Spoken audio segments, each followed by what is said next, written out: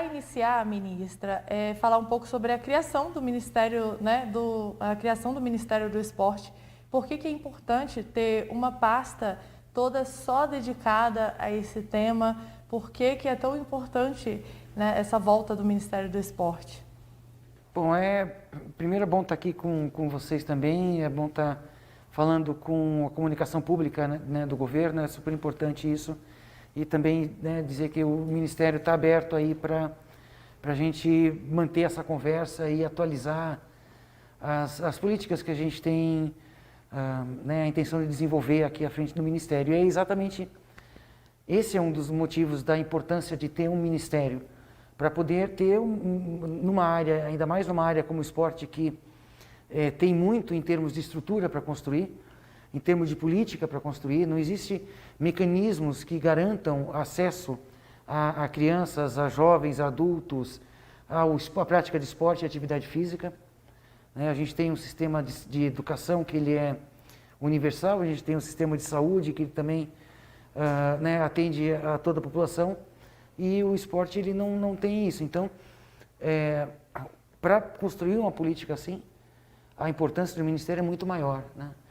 E poder garantir né, o esporte como um serviço social, como uma prática importante para o desenvolvimento das pessoas, para desenvolvimento de crianças e jovens, para saúde de toda a população, para a ocupação dos espaços públicos, para a integração entre as pessoas, entre as comunidades, para a identidade, para a comunicação. Então, o esporte ele tem uma série de impactos importantes na vida das pessoas, e para que a gente possa sair do estado que a gente está hoje no país, que é de uma parte da população sedentária, e passar para um estado onde a população tenha a prática de atividade física e de esporte como cultura no seu dia a dia. Enfim, essa é uma ação que é o Ministério assim, chave para que isso possa se tornar realidade.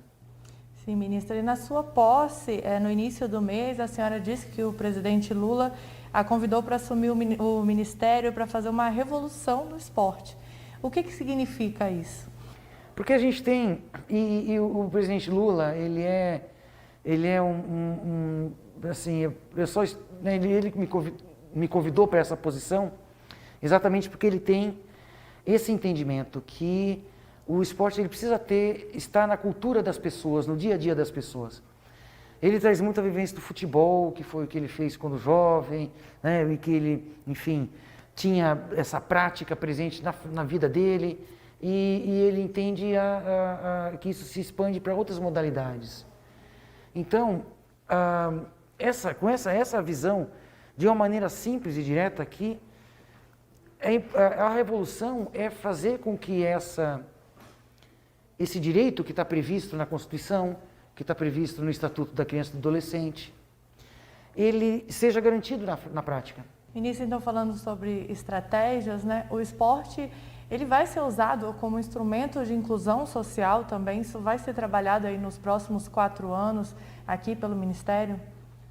A inclusão social, no caso de serviço público, é dar condição para as pessoas se desenvolverem, avançarem, se formarem na escola, terem a condição de acesso a bons empregos, ter a condição de acessar bons empregos e ter uma questão, uma vida nas cidades mais rica, um lazer mais rico, uma relação de comunicação com os seus filhos, com os seus pares, através da prática esportiva, seja amadora, seja para o lazer, né? Então, esses são os benefícios, essas são as formas com que né, o esporte para todos se torna concreto, né?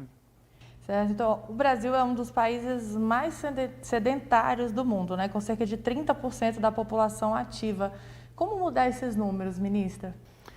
Fazendo exatamente essas políticas para que se estabeleça a prática de atividade física e de esporte em escala, na fase escolar, junto às escolas, entre jovens e adultos, junto à saúde e à assistência social, idosos também, fazer com que a gente consiga estabelecer as práticas de esporte e atividade física junto às práticas de atendimento à população.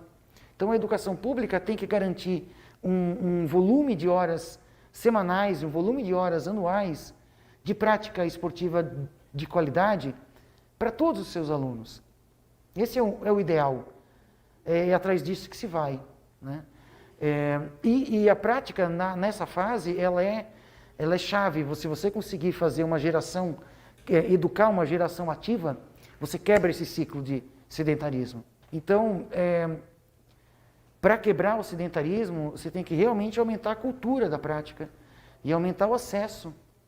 E isso através de recursos, né? São profissionais de educação física, são estruturas de treinamento, né, e capacitação de recursos humanos, estabelecer os programas e as ações desde os municípios, né, chegar até os municípios, que é onde está, né, a maior parte dos alunos das escolas brasileiras. Então, é um desenho de política que a gente tem feito. A gente tem uma visão de ocupação dos territórios, a gente tem uma visão de construir redes regionais de desenvolvimento de esporte. Nessas redes, conectar as instituições que fazem esporte ou que deveriam fazer esporte. No caso de educação, saúde e assistência social, são as maiores, né? E que devem estar presentes na maior parte dessas organizações regionais. E estabelecer questões básicas como um diagnóstico ou diagnósticos. Não se sabe quantas pessoas fazem atividade física efetivamente, aonde estão, qual é a faixa etária, o que precisa. Então, para começar, né, pelo diagnóstico, mas também os desenhos possíveis em cada região, as maneiras de financiamento. Então, organizar essas redes regionais e ocupar os espaços, né, os territórios no país. A gente tem investido no desenho dessa política e também é uma base de conversa com as outras pastas, a base, né, essa rede, essa política é uma base de conversa com todas as outras pastas para que possam estabelecer os planos conjuntos e atender de melhor maneira essas populações, né? Agora vamos falar um pouco do esporte de alto rendimento, né? Hoje, o principal programa de patrocínio direto dos esportistas é o Bolsa Atleta. Há algum plano de mudanças no formato do programa ou o Ministério está satisfeito com os resultados alcançados até aqui? Sempre há análises maiores a serem feitas. A gente está entrando agora. A Bolsa Atleta foi um edital que já está no ar, né, já foi lançado pelo Ministério nesse mês de janeiro, porque é esse o calendário, né, é importante e em cima de um formato que ele já, enfim, veio junto com a gente, pouco a pouco a condição que a gente teve de alterar nesse momento. Teria que debater um projeto de lei e junto com o Congresso, enfim, acabaria perdendo o prazo. Então, apesar de estar há muitos anos sem a atualização dos valores, os valores estão defasados, porque não atualiza há muitos anos, mas nesse momento a gente tinha pouca margem para mudar. Então, o mais importante é manter a política com o valor máximo que se espera dentro do número de atletas para serem beneficiados. E durante esse ano a gente provavelmente vai debater com a comunidade esse desenho e ver melhorias para o próximo ano, né? Então, mas é uma política importantíssima que tem financiado muitos esportes, especialmente esportes que têm menos patrocínios, né? É mais importante para esportes que têm menos patrocínios e para esportes para as categorias de base. Então é uma política que ela apoia da base até o alto rendimento e é uma política que o Ministério pretende manter. E como a senhora já falou, né, as inscrições do Bolsa Atleta estão abertas e vão até o dia 17 de fevereiro. Quem pode participar este ano? Quem pode participar são várias categorias, desde escolar até categorias de base, atletas de nível nacional, nível olímpico, paralímpico e pódio. Nós conversamos, então, hoje com a ministra do Esporte, Ana Moser. Ministra, muito obrigada pela sua participação aqui na Voz do Brasil. Obrigado a vocês.